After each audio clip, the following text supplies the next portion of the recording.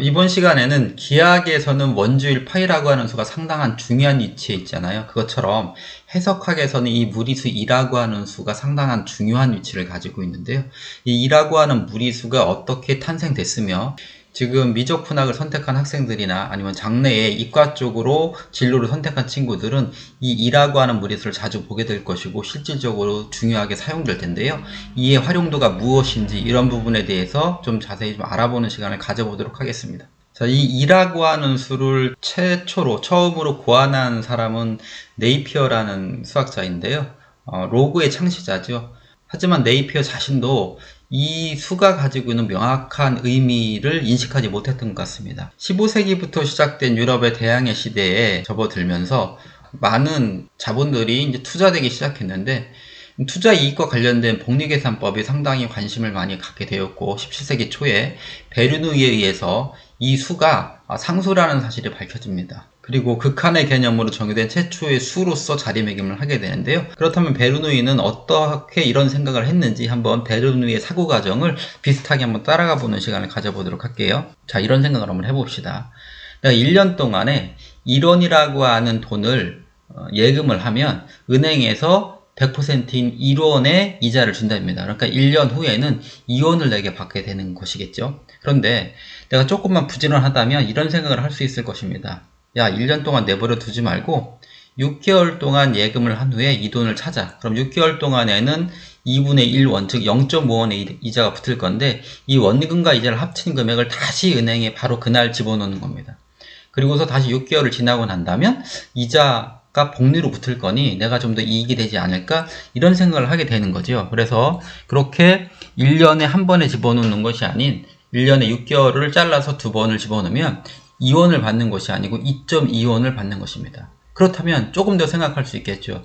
내가 부지런을 떨어서 4개월에 한 번씩 이자를 받는다면 어떻게 될까? 그 계산이 바로 이렇게 1 플러스 3분의 1의 전체의 세제곱이 되는 것이고 그 값은 2.2원보다 조금 높은 2.37원 정도가 나오는 겁니다.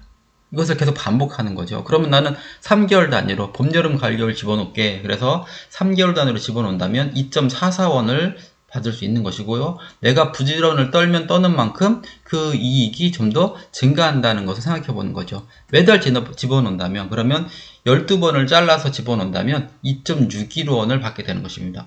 그러면 내가 이것을 매 달이 아니고 매일 할 수도 있는 것이고 매 시간 할 수도 있는 것이고 매 초마다 할 수 있다면 그러면 수익이 극대화되지 않겠는가라는 생각을 하는 건데 이때 한번 생각해 보게 되는 거죠. 그러면 이걸 무한히 쪼갠다면 이게 무한대로 커지는 값이 될 것인가 라고 생각을 베르누이는 했던 것이죠.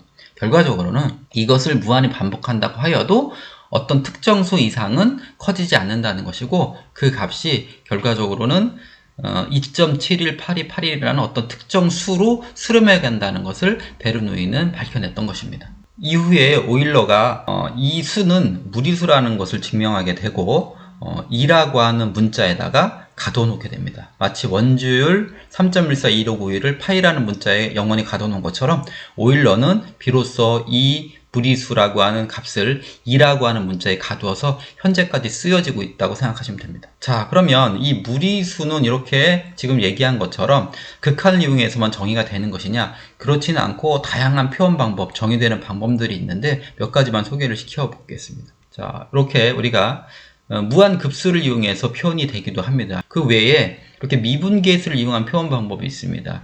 요거는 그 지수함수 y는 2x제곱이라는 함수의 0에서의 미분계수 값이 1이라는 얘기고요. 그래프적으로는 이런 의미를 가지고 있는 것이고요. 오일러는 정적분을 이용해서 이것을 표현했고요. 즉 x분의 1이라고 하는 함수의 1부터 넓이 정적분 값이 1이 되는 값이 2라는 지점이라는 그런 뜻입니다. 그리고 이런 무리수 2는 무한연분수로 표현이 되는 거죠. 무한연분수로 표현이 된다는 뜻이 바로 이제 무리수란 얘기입니다. 연분수로 계산했을 때 유한하게 되면 그 수는 유리수가 되는 것이고 무한하게 표현할 수 있다면 그 수는 무리수라는 얘기가 되는 것이죠. 자, 그렇다면 무리수 2라고 하는 것이 극한으로 표현된 이 값이 어떻게 무한급수로 표현되는지에 대한 부분들을 좀 설명을 해보겠습니다. fx는 2x라고 하는 저 지수함수 있잖아요. 우리 지수함수 값을 구하낸다는 것은 저 x가 그 어떤 특정한 수였을 때 상당히 그 값에 근사하기가 쉽지가 않습니다. 그래서 우리는 보통 다루기 쉬운 함수들, 예를 들면 지수함수나 상학함수나 뭐 로그 함수나 이런 것들은 상당히 다루기가 힘든 함수인데, 만약에 이런 함수들을 우리가 쉽게 다룰 수 있는 다항함수로 바꿔놓을 수 있다면 좀 편리하지 않겠는가라고 하는 쪽에서 시작을 한번 해보도록 하겠습니다. 일종의 제가 테일러 급수를 조금 설명을 드린다는 겁니다. 테일러 급수 중에 오늘은 매크롤린 급수라고 하는 특수한 경우들을 좀 설명을 해보겠습니다. 저 fx라고 하는 그 어떤 일정한 함수를 내가 다항함수의 그 무한계의 합으로 표현할 수 있다고 생각을 해봅시다. 물론 저렇게 표현할 수 있으려면 저 fx라고 하는 식은 무한번 미분이 가능한 함수여야 되는 것입니다. 그럴 때 저 앞에 있는 미정계수들을 지금부터 결정을 해보도록 하겠습니다.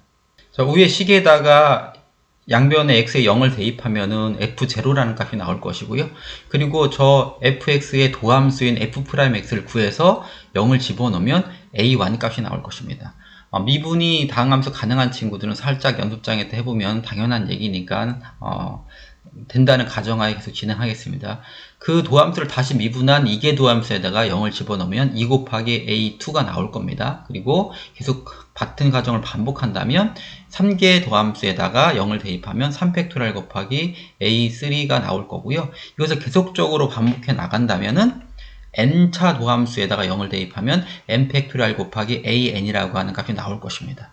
우리는 이렇게 값이 나온다면 여기 있는 것들을 a0, a1, a2, a3, an에 대해서 풀어준다면, 예를 들면 an은 n팩토리얼 분의 f의 n차 도함수에다가 0을 집어넣는 값이 나오겠죠. 그럼 결과적으로 여기 있는 미정계수들을 다 f에 대한 값으로 바꿔놓을 수 있게 되는 거죠. 그렇게 해서 식을 써버리면 이런 식이 나올 것입니다. 자, 이렇게 이제 나오게 될 텐데요.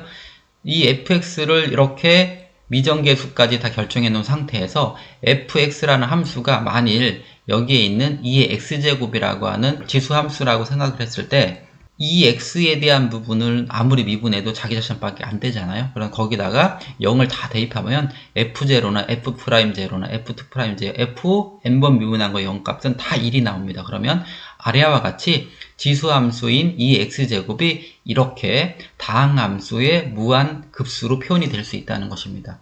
이 자리에 x라는 자리에다가 2를 딱 대입한 값이 바로 이렇게 나오겠죠. 그것을 시그마로 간단하게 표현하는 방법이 바로 여기 나오는 이 식입니다. 그러니까 우리는 2라고 하는 저 무리수 2가 극한으로 정의되어 있지만, 이렇게 지수함수 2의 x제곱을 다항함수의 합인 테일러 함수인 특수 형태의 매크롤린 함수를 이용해 가지고서 정리를 해버리면 2가 급수로 표현이 된다는 겁니다. 자, 그런데 우리는 이 fx는 2의 x제곱이라는 함수 있잖아요. 이 함수가 어떤 의미를 갖는 함수일까를 한번 생각해 보셨나요?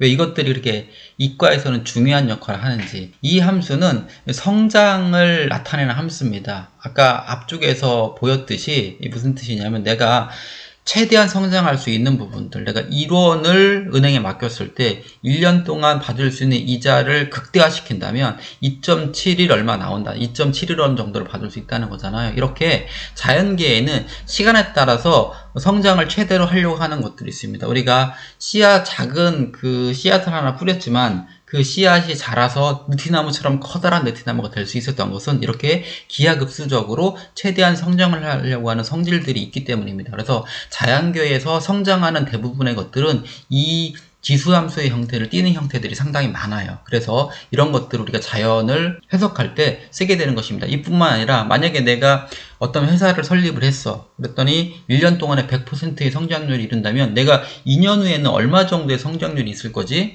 내가 3년 후에는 얼마 정도 성장을 할 수 있을까? 이런 것들을 생각해 볼 수 있잖아요. 이럴 때 자연계에 나타나는 인간의 활동들도 다 자연의 일부이기 때문에 우리의 활동들도 다 이러한 지수함수 형식으로 표현을 할 수 있다는 것이고, 그래서 그 함수를 그래프로 그려보면 어떤 지점, x의 어떤 지점을 딱 찍어버리면 내가 어느 정도 일정 기간이 지난 후에 성장세가 어떻게 되는지를 판단할 수도 있다는 겁니다. 그만큼 자연에서 행해지는, 또는 우리가 인간의 활동들에게 활동들의 결과물들에 이 지수함수가 쓰이는 이유가 그런 의미를 가지고 있습니다. 오늘은 간단하게 무리수 2에 대한 얘기를 여러분들과 해봤는데요. 이렇게 무리수 2를 언급한 김에 다음 시간에 기회가 되면 이어서 계속적으로 한번 진행해 보도록 하겠습니다. 오늘은 여기까지 마치도록 하겠습니다.